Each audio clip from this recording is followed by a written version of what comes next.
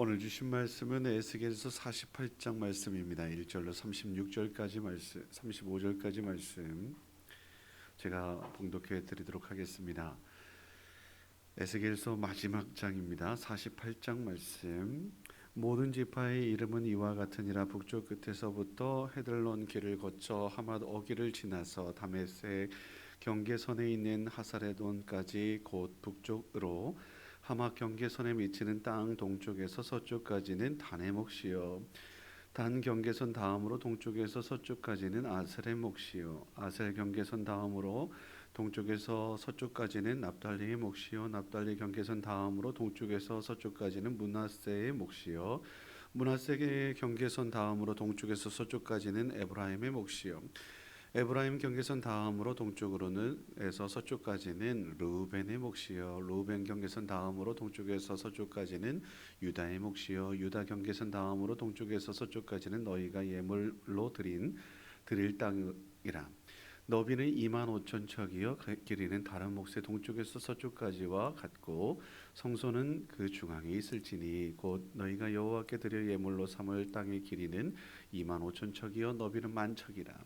이 드리는 거룩한 땅은 제사장에게 돌릴지니 북쪽으로 길이가 2만 5천 척이요, 서쪽으로 너비는 만 척이요, 동쪽으로 너비가 만 척이요, 남쪽으로 길이가 2만 5천 척이라. 그 중앙에 여호와의 성소가 있게 하고 이 땅을 사독의 자손 중에서 거룩하게 구별한 제사장에게 돌릴지어다. 그들은 직분을 지키고 이스라엘 족속이 그릇될 때에 레위 사람이 그릇된 것처럼 그릇되지 아니하였느니라.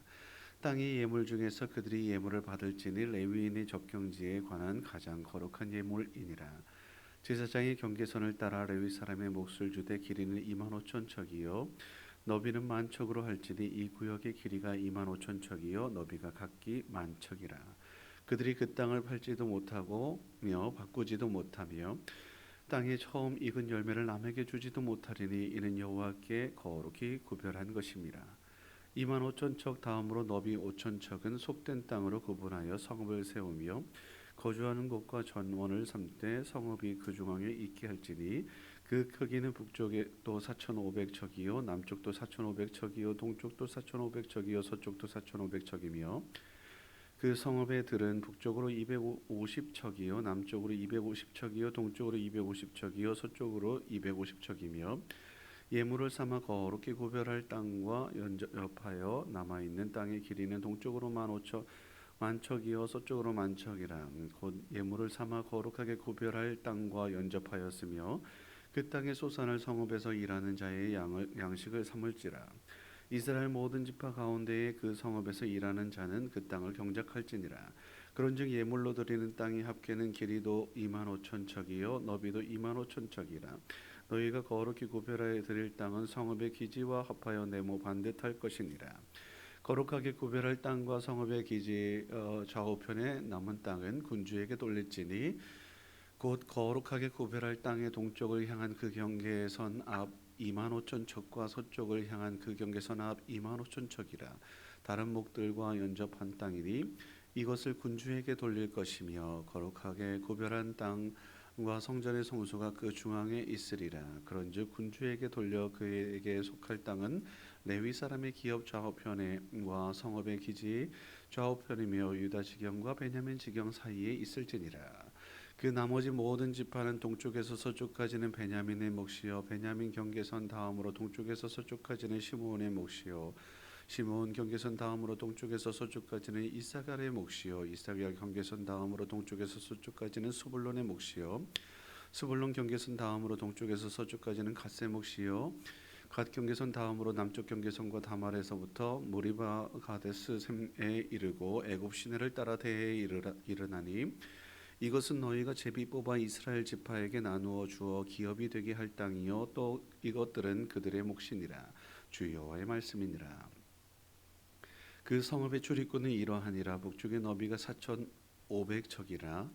그 성읍의 문들은 이스라엘 지파들의 이름을 따를 것인데 북쪽으로 문이 셋이라. 하나는 르우벤 문이요, 하나는 유다 문이요, 하나는 레위 문이며 동쪽의 너비는 4,500척이니 또한 문이 셋이라. 하나는 요셉 문이요, 하나는 베냐민 문이요, 하나는 단 문이며 남쪽의 너비는 4,500척이니 또한 문이 셋이라 하나는 시몬 문이요 하나는 이사갈 문이요 하나는 수불론 문이며 서쪽도 4,500척이니 또한 문이 셋이라 하나는 간 문이요 하나는 아셀 문이요 하나는 납달리 문이며 그 사방에 합계는 18,000척이라. 그날 후로는 그 성읍의 이름을 여호와 삼마라 하리라.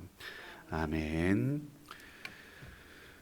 오늘 말씀은 에스겔의 마지막 말씀이고요. 또 성전의 회복과 더불어서 이 모든 것들을 통해서 하나님 나라의 회복을 의미한다고 보아도 좋습니다. 오늘 말씀은 지파의 땅 분배 그리고 성읍의 입구에 대해서 말하고 있는데요. 거룩한 땅을 분배하고 또 경계를 기록하고 있어요. 비슷비슷한 이야기들이 계속 반복되고 있지 않겠습니까?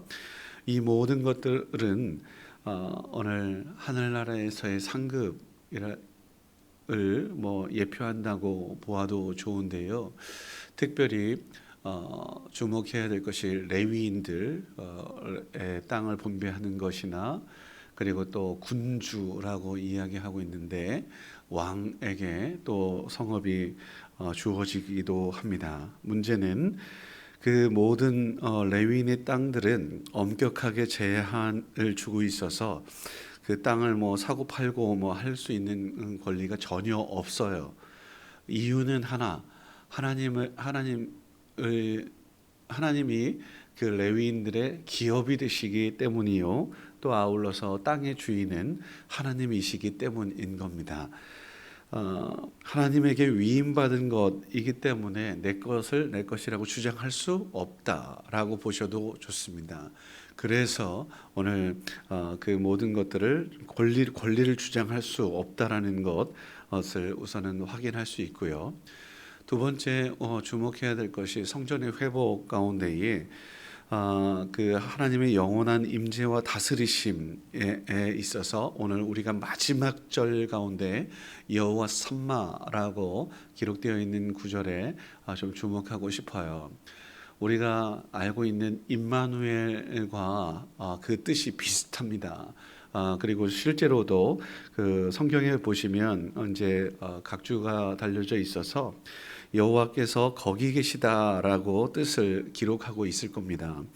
그러니 임마누엘이 우리와 함께 하시는 하나님이라는 뜻 가운데 있다면 여호와 삼마하고 뭐가 다를까 이렇게 생각할 수 있는데 조금 더 깊이 들여다보면 여호와 삼마는 오셔서 다스리시는 것을 의미하는 것입니다. 함께하는 것을 좀 그 차원을 좀 넘죠. 이러한 모습 속에서 우리가 믿는 사람들이 하나님이 함께 하시는 것을 넘어 그 함께 하실 때에 통치까지 다스리심까지 있다고 한다는 것은 조금 더 큰 의미인 것을 우리는 기억할 수 있었으면 좋겠고, 나의 생각도 나의 모든 것을 다스리시는 그 하나님의 통치를 온전히 받아 왕 되신 하나님을 인정할 수 있는 저와 여러분일 수 있기를 주의 이름으로 축원합니다.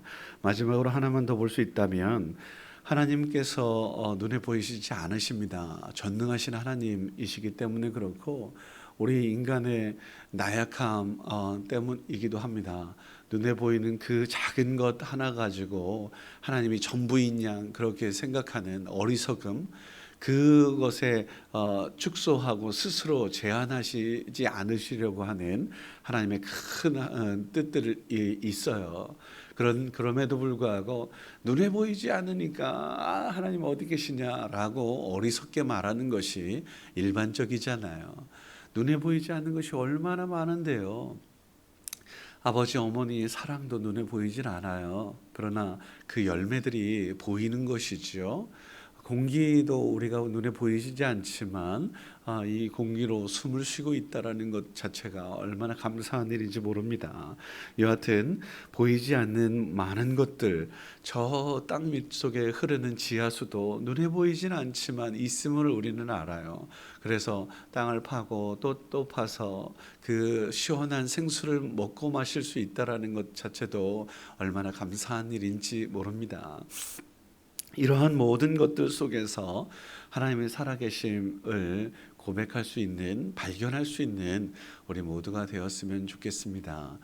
한 가지 그냥 지나가는 이야기로 말씀드리면, 최근에 화산이 폭발한다느니 지진이 가끔씩 일어나는 모습들도 없지 않아 있어요. 우리 땅 저 밑에는 역시나 또 다른 하나님께서 지으신 또 계획하심 가운데 그런 일들이 참 많이 있습니다. 하나님의 위대하심을 내가 눈으로 또 귀로 듣지 못한다고 하여서 없는 것이 아니에요. 우리 모두가 다시 한번 그 살아계신 하나님, 크고 위대하신 하나님을 믿음의 눈으로 바라볼 수 있었으면 좋겠어요. 우리 그렇게 서로를 위해서 기도하고, 또 기도에 능력이 있습니다. 눈에 보이진 않죠.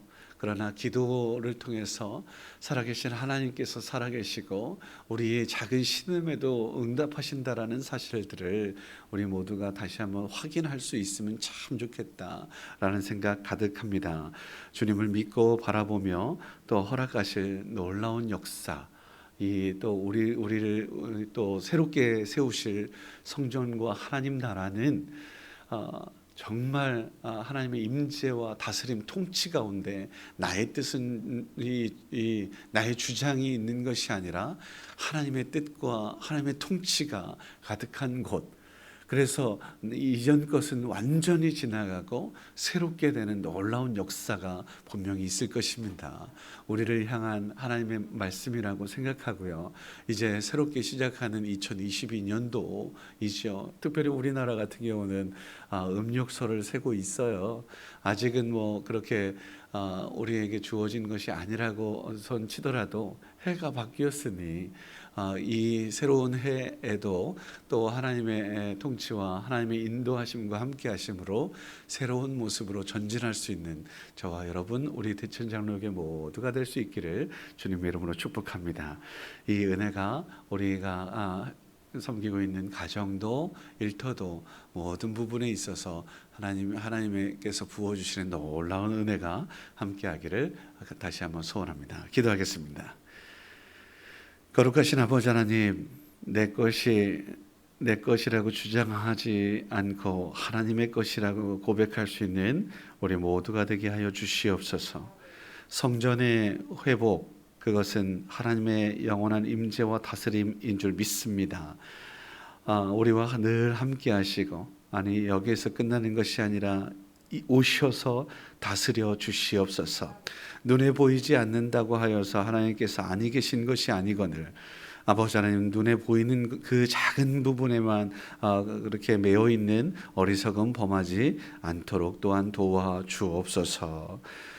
주님, 여기 주의 귀한 백성들이 천국의 기업을 누리며 살게 하시고 이 땅 가운데 살면서도 믿음 허락하여 주셔서 영안 또한 뜨게 하여 주셔서 하나님을 볼 수 있도록 도우시고 하나님의 이끄시는 놀라운 손길들을 보며 살아갈 수 있도록 도우시옵소서.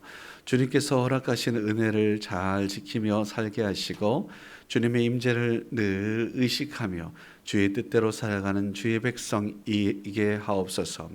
오늘도 주님 나라를 위하여 아버지 하나님, 우리가 밟고 또한 우리가 내뱉는 모든 말들 가운데 주님께 영광이 돌리게 하시고 우리가 지나간 길들을 돌아볼 때에 하나님, 주의 거룩한 아름다운 향기가 그곳에 머물 수 있도록 도우시옵소서. 지나간 자리에 아버지 하나님, 많은 사람들이 하나님께서 살아계셨구나, 하나님께서 우리와 함께 하셨구나 라고 고백할 수 있는 주님의 손과 발이 되어서 우리가 있는 곳을 하나님 나라로 이룰 수 있도록, 그래서 기쁨이 아버지 하나님, 주님 행복이 넘쳐날 수 있도록 은혜 베풀어 주시옵소서. 2022년을 시작하고 있습니다. 아버지 하나님께서 은혜를 베풀어 주셔서 원하는 뜻을 이루시고 주의 영광을 드러낼 수 있는 우리 모두가 되게 하옵소서. 한 주일에 아버지는 중간에 서서 또한 아버지는 지난 3일 사흘을 돌아보고 또 앞으로의 사흘을 또한 아버지는 바라보며 기도하며 나아갈 것이니 주여 우리 모두가 아버지의 말씀 앞에 서게 하옵소서. 오늘도 귀하고 복된 날 하나님께 감사함으로 드린 귀한 예물 속에서 아버지는 고백하는 아버지께 간구하는 그 모든 기도를 들으시옵소서. 주님께서 나의 아버지는 자랑입니다. 주님께서 나의 전부입니다. 감사함으로 하나님 선포한 이 고백을 주님 들으시고 아버지 하나님 주님께서도 우리를 바라보시며 너는 내 사랑하는 귀한 자녀란다. 내가 너를 기뻐한다라고 말씀하시는 음성을 듣게 하옵소서. 함께 하실 주님 기대하며 감사하며 예수님의 이름으로 기도드립니다. 아멘.